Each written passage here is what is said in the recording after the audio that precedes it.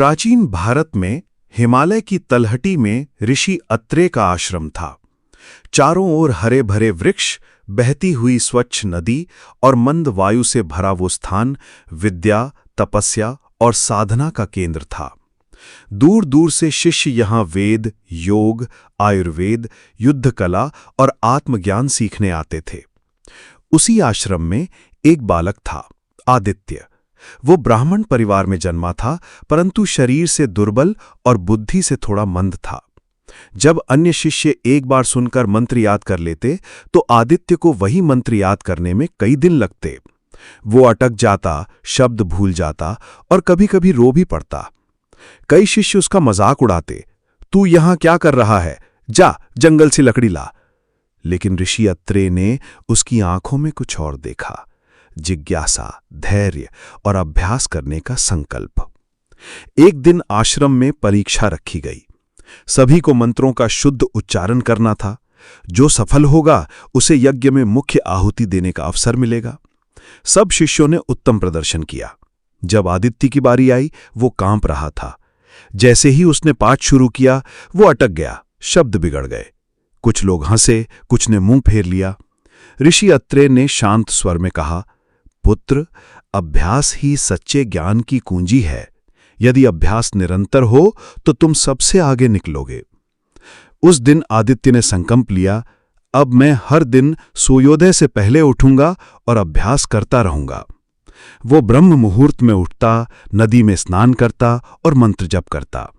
दिन भर उसी मंत्र का अभ्यास करता जिसमें पहले गलती हुई थी। भोजन कम, अभ्यास अधिक। एक दिन वो नदी किनारे अभ्यास कर रहा था। उसने देखा जल की पतली धारा वर्षों से गिरते गिरते चट्टान में गड्ढा बना चुकी है। पास खड़ी एक वृद्धा बोली, बेटा, यही अभ्यास है। निरंतरता से पत्थर भी कट जाता है, फिर मनुष्य क्यों नहीं। आदित्य को जीवन का सबसे बड़ा मंत्र मिल चुका था, निरंतरता ही शक्ति है। वर्षों की साधना के बाद ऋषि अत्रेय ने पुनः परीक्षा ली। इस बार शर्त थी 3 वेदों के मुख्य सूक्तों का पाठ बिना त्रुटि और भावार्थ सहित। सभा में सन्नाटा छा गया जब आदित्य की बारी आई। उसने गंगा जल से आचमन किया, आंखें बंद कीं और मंत्रोच्चारण आरंभ किया। उसका स्वर स्पष्ट, लयबद्ध और अर्थपूर्ण था। सभी मंत्रों का अर्थ भी उसने समझाया। ऋषि अत्रेय की आंखों में चमक आ गई।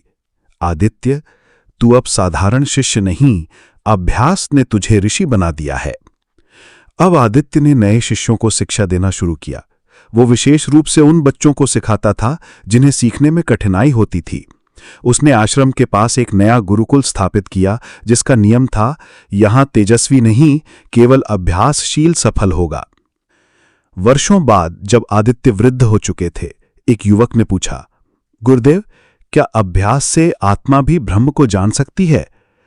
आदित्य मुस्कुराए और बोले, हां पुत्र, अभ्यास ही वो पुल है जो आत्मा को ब्रह्म से जोड़ता है। शांत मन में ही ब्रह्म का प्रकाश उतरता है। एक पूर्णिमा की रात हिमालय की गोद में ध्यान करते करते आदित्य समाधि में लीन हो गए।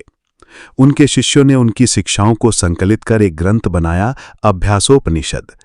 उसमें प्रतिदिन पढ़ा जाने वाला श्लोक था, न अभ्यासात महान कोपि न लभ्यते चित्तगतम अभ्यासे वर्धते तेजः अभ्यासे जागरति ब्रह्म।